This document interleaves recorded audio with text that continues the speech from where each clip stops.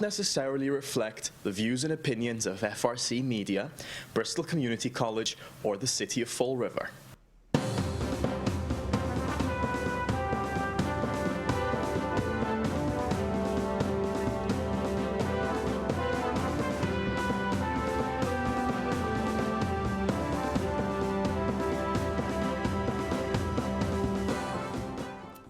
Well, hello. Welcome to Spindle City Straight Talk. I'm Chip. And I'm CJ.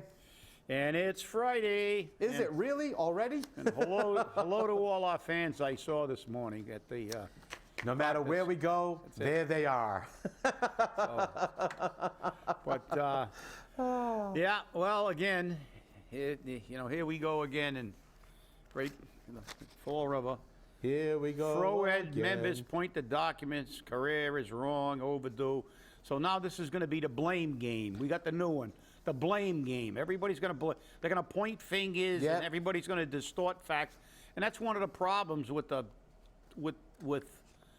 when these things become news and newspapers, because they get one point, it's point counterpoint, point counterpoint, and I mean, I don't even know if it serves any purpose. The fact is that, the reality is that when Mayor Correa took office, he didn't have a problem with FROED, as far as I know. He didn't say anything about it. This is a recent thing, and he's just finding out about all this mismanagement and things. It doesn't say much for his investigative abilities or his people's abilities to analyze the money. And we have a whole bunch of people making six-figure salaries that are supposed to look at the money. But as we say here on Spindle City Straight Talk, follow the money. Well, Chip, it's interesting because, this whole thing about they're not paying their rent, that they're now in default on a loan, and the FROED members are saying that they have an agreement from 2005, which shows they're not. But according to the promissory note that they have, which initially was taken through the Greater Fall River Development Corporation, which, along with a $4 million loan from the consortium of local banks, which was then transferred to the Life Insurance Community Investment Initiative, which is an initiative created by our state legislature for redevelopment. Okay, again, here we go. A 2002 You mean our state legislature that doesn't pay rent in the same building and keeps the money? Exactly. Okay, I just want to clarify that point. And gave themselves a $105,000 a year raise. That's right. A 2002, and only if they're Democrats. That's right. A 2002 promissory note for the loan lists a due date of April 17th, 2017. I think that just went by. Yep. Okay, which Greater Fall River Development Corporation had notified FROED was due. Since then, it's been a flurry of letters, legal demands, and finger-pointing. Shame on you. No. It's your fault. No, it's your fault. That's right. On the alleged loan defaults is a factor in his decision to cut funding to FROED from the Community Development Block Grant money. FROED officials say that legally they couldn't yet pay off the loans. Then why did you take them? If I can't pay my mortgage, guess what the bank does? They say, oh, don't worry about it? Is that what the bank tells you, Chip? No, don't worry about it? No, you do what Steve Kamara did. You just keep refinancing yeah, for the exactly. next 100 years. That's all. Yeah, so no, they demand it. So FROED Treasurer Carlos DeCunha, during a meeting with the Herald this week, said he'd been involved as a FROED member since the purchase of Cherry and Webb Building, including serving as a board member since 1995. DeCunha provided a document titled Subordination and Standstill Agreement, dated July 2005, and signed by the Life local businessman Joseph Marshall. Grammatically, it doesn't make any sense. No, it doesn't make any sense either. Who was president of the Greater Fall River Development Corporation at the time, and local businessman Anthony Cadero, who was president of FROED, formerly known as Jobs for Fall River. Yeah, they had to ditch that name because they couldn't get any jobs. The agreement specifically states that the Greater Fall River Development Corp agreed their loan would be subordinate to the Life loan until the first place loan was paid in full or there was consent by Life, which comes due in 2018. DeCunha acknowledges that FROED owes on the loan. The mayor would say we never made a payment, but I would say that we've made every payment that we are allowed. Paul Jonkis, president of the Greater Fall River Redevelopment Corporation, did not immediately return telephone calls. No wonder. Everyone's scrambling to get their head out of someone else's backside. You know? Yeah. I don't care whether the loan is due in April 17, 2017 or April of 2018. If you owe the money, you pay it. Well, no, that's only for working people. CJ, I don't know what's wrong with you. I know. You got this delusionary thing that anything that's got to do with government has to live by the same rules we do. I have to pay my electric bill, otherwise they shut off my lights. I have to pay the gas bill, otherwise they shut off my heat. But that's not the way these things work. You see, they get loans from the state, from some program created that somebody else knows, and then they refinance because they know somebody else, and they just basically never have to pay. It's kind of like our bonds. We don't pay anything on the principal. We just keep paying the interest, and those bonds live forever. And they still haven't figured out that every time we bond, we virtually never pay anything off because we pay the interest and we refinance.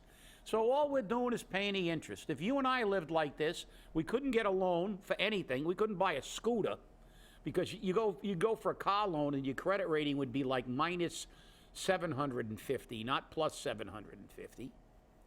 You couldn't get a mortgage. You could never get another credit card because you fundamentally maxed them all out, and you can barely afford the interest. You got to keep refinancing to get the interest. But that's what the city of Fall River does. That's what government does. That's why our boy Milton said, if you give them the Sahara Desert, they'll run out of sand in 5 years. The only thing these people know how to do is spend money. $33,000 pay raises, $105,000 stipends up at the State House. They keep the rent. But we're in a deficit. And as you told a state senator and a state rep, why didn't you forego a raise? You're not making enough? $35,000 for being a chairman of a committee, for taking a gavel and go, I call this committee to order. $35,000, not a bad gig. Hey, not a bad gig. For everyone you get 35 G's, which is a lot more than the individual income in Fall River. It's almost twice, and it's actually more than the household income average in Fall River, which is for 4 people. So tell me that this government is not broken on all levels. Tell me that we don't need a revolution, because we need to get a constitutional convention and change the rules back to set and go the way our Constitution says, that politicians are answerable to us. But they're not, because they never break the law. They change the law, just like when they got pay raises and we had to approve them. People got upset because they gave themselves a huge pay raise. Like this time. Halloween. So what did they do? They went back into session and said, Christ, half us got thrown out. We're not going to do that again. Well, we'll change the law and give ourselves a pay raise. And it'll be an automatic cost of living raise. The voters never have to vote on it. And then we can determine how much we get every year. And we can do things like give ourselves $35,000 stipends. And when asked why, somebody responded to you, I believe, that we deserve it. Yep, that's what I got. And we deserve it. But, yes. but here's the actual answer. Here's the actual answer that we get. Screw you, taxpayer. Yeah, I'm surprised he didn't say, well, it's not your money. And it went, oh, wait a minute, it is. Oh, God. You know, this just gets better and better every time. And, you know, like you said, I must be crazy. I'm thinking that they're going to operate like everyone else does. You think they live by our rules. It's like, you know, pre-existing conditions on a national level, and Congress exempted themselves. Of course. This doesn't apply to us, but everybody else has to be put in a risk pool where if you get sick, they're not denying you care. They're just saying, well, if you can somehow become a billionaire and afford the $25,000 a month payments for being in a high-risk pool, you can have health care too. But we're not going to deny you. No, we're just going to make you pay through the nose. You just have to pay $25,000 a month for coverage. Yeah. And it's like, you know, it's just, it's obscene, actually. I mean, you gotta laugh and kind of be satirical to keep from crying, because when I look at what this, you know, how badly this government ignores the people. And all right, they put Trump in, and I think that was a response to their frustration, but they never, ever understand. It's not just the president. The Congress has to be cleaned out. You know, it's a sad thing. Not my guy. When I was young, when I was a young man, I remember saying, we should never have term limits because the voters, it's up to the voters to police their own government. And unfortunately, the voters aren't capable of doing that, because it seems that Congress never changes, because everybody wants the other guy to get rid of their congressman. Congress sucks.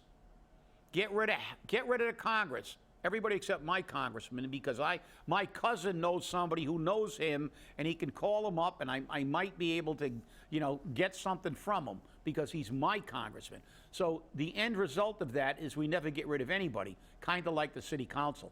Yeah, well, you know, fear and self-interest. That's it. That's what it is. But we have to, because, I mean, they have a total disregard for people. I mean, you look at their actions, it's like they're oblivious to the people in this country. They don't care. How many town meetings have we seen on the national news where they're ready to lynch their congressman? But they won't vote him out. That's exactly right. That's the point. I'm going to lynch you, but we're not going to vote you out. We'll kill you instead. You know, it's like, but we're only going to kill you with words. We're not going to kill you at the ballot box. That's right.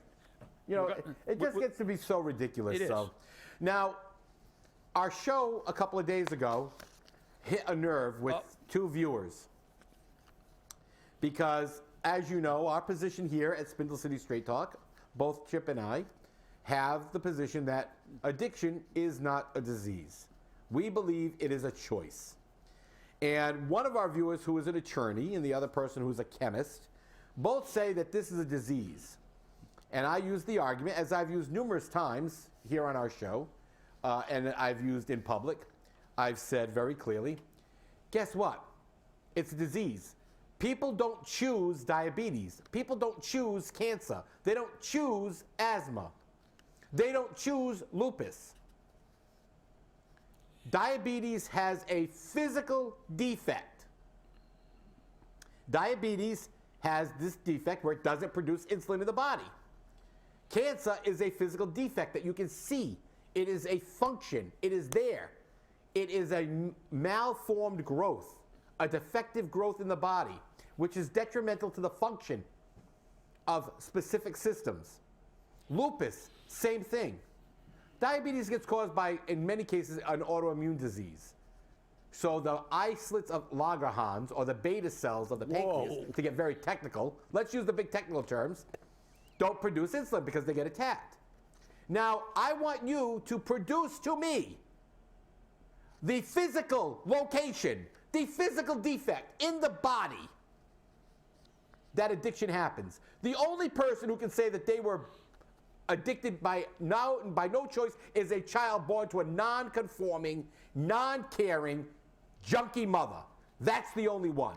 Because you know what? That child was born to a bad mother.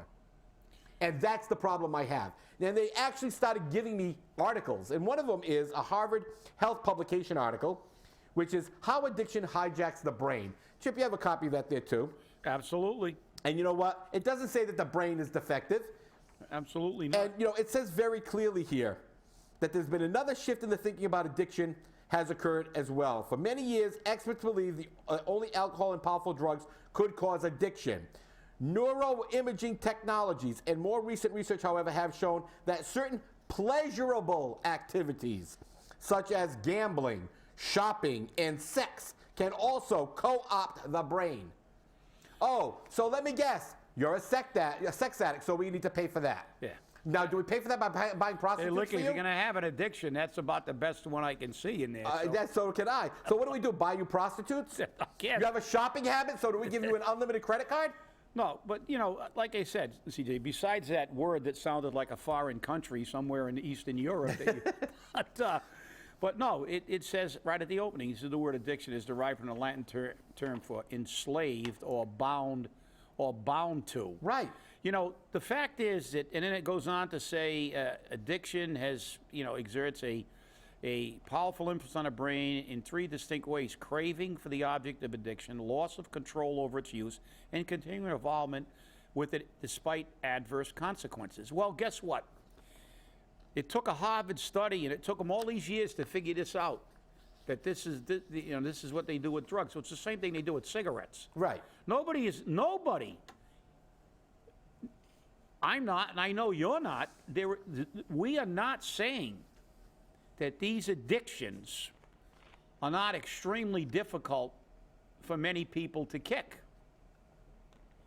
Most people. Cigarette addiction is one of the most difficult. I know people who tried to quit their entire lives and had an extremely difficult time because, it hijacks the brain. That craving, they couldn't fight the craving ultimately. But they still made a choice to go back to cigarettes. They still made a choice, like they make a choice to go get the drugs. It's hijacked your brain. Well, you know what? Send in a special operations team to take your brain back, because it's still something that your brain is making a choice about.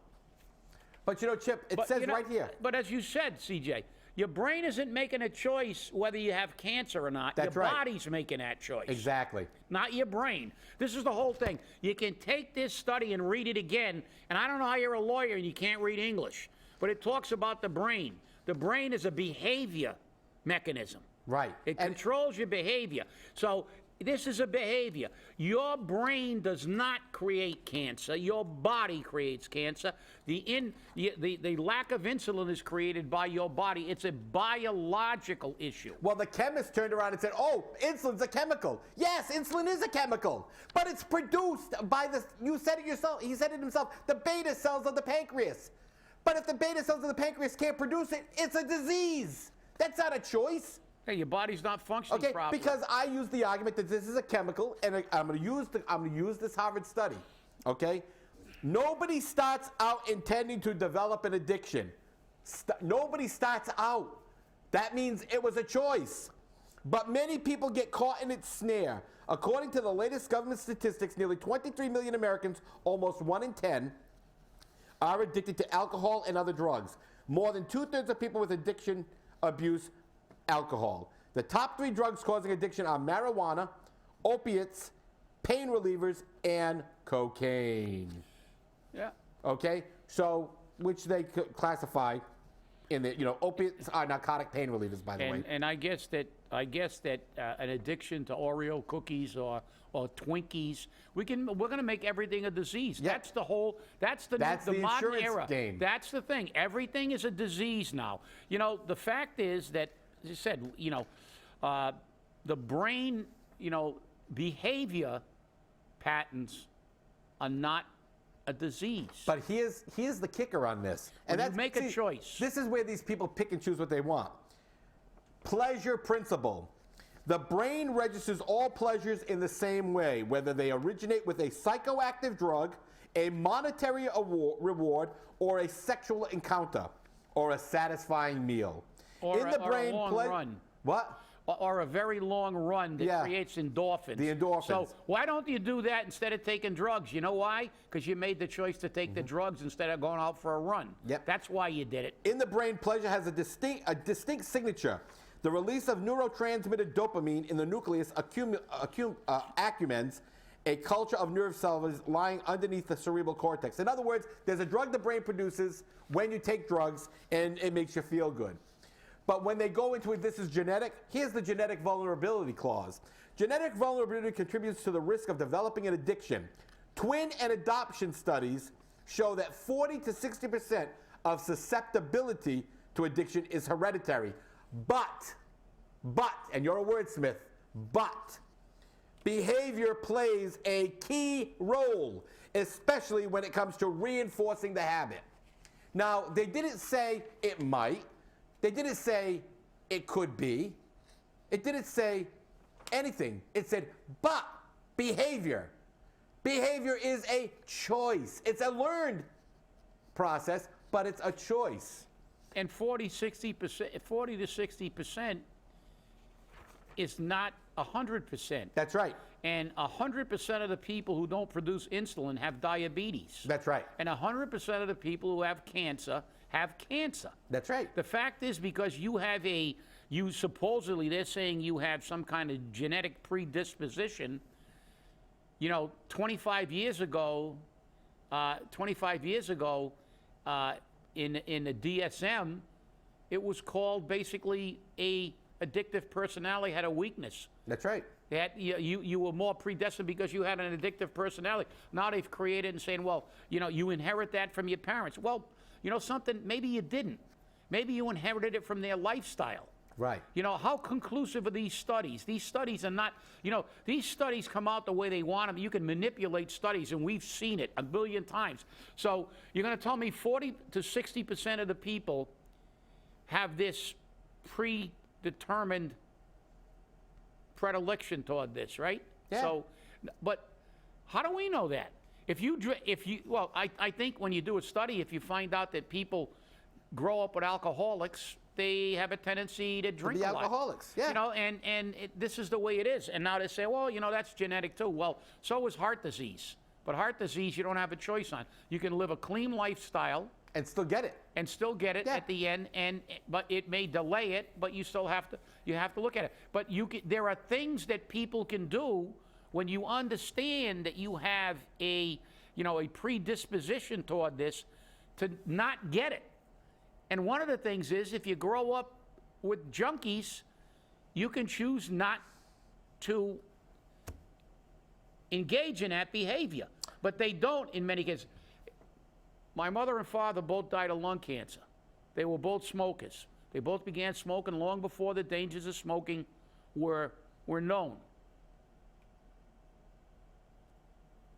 I never had a cigarette in my life. They both died of lung cancer. Should I have been a smoker? Yeah. I grew up in a house where I never saw my father without a cigarette. He was a 5-pack-a-day smoker. When he fought in World War II, they gave him cigarettes with their C rations. Doctors used to endorse cigarettes. He got hooked, tried to quit all his life. He finally quit when he was in his 60s. Too late, he got lung cancer and died. My mother did too. And she tried to quit for a very long time. So I know these addictions are very difficult.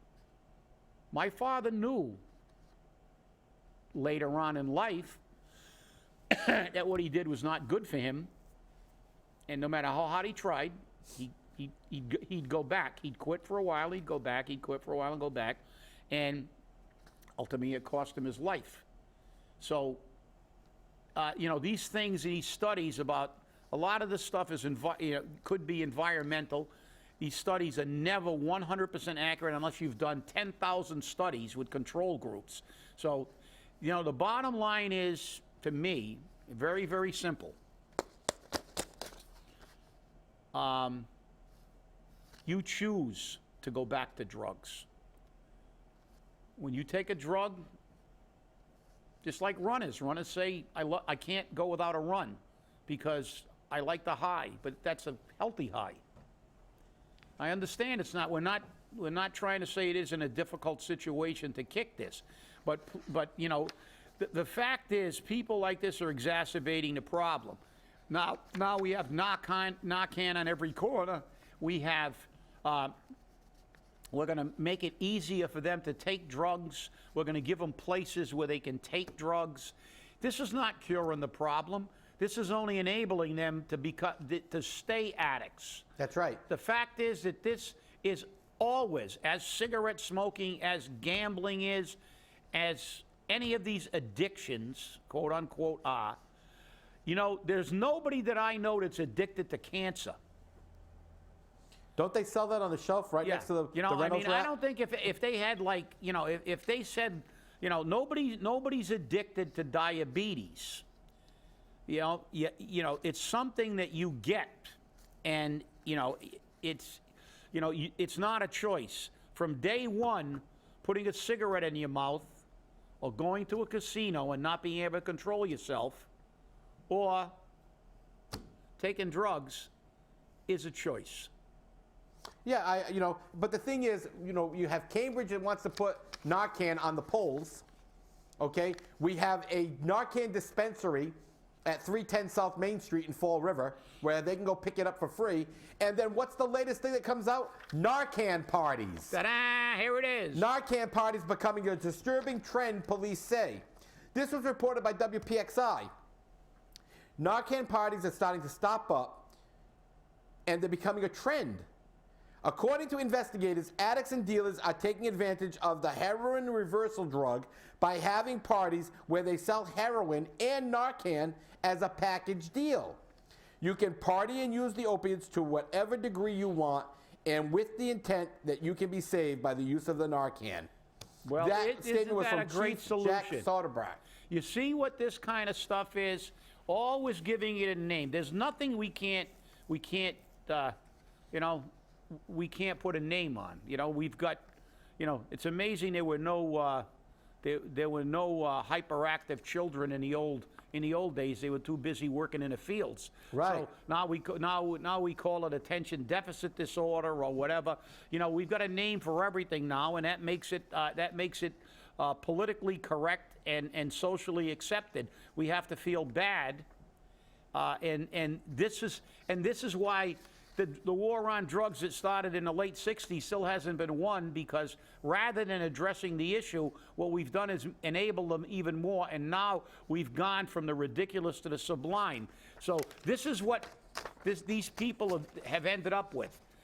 Hey, are they going to get off drugs? No. They're going to take more drugs, because now they're having NARCAN parties. Well, if that isn't the culmination and a perfect example of how ridiculous this thing has become, this is it.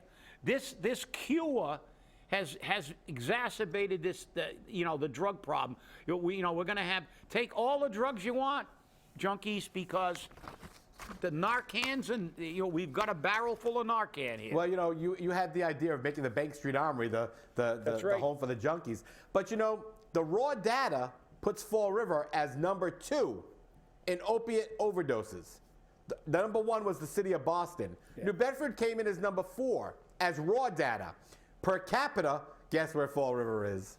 We're number 1. We're number 1. Yeah. We're number 1. Great thing to be proud of, Fall River. The fact that you are the doorway to the heroin highway, and that's what Fall River is. Rebrand that one, Mr. Mayor, because that's what we are. And all you got to do is go to 310. We need more beds. That's right. That's right. And that won't go to Fall River residents. That's so right. Just go to 310 South Main Street and you'll get what you need. Potential Fall River residents, because when they kick them out of the beds, they're going to stay here.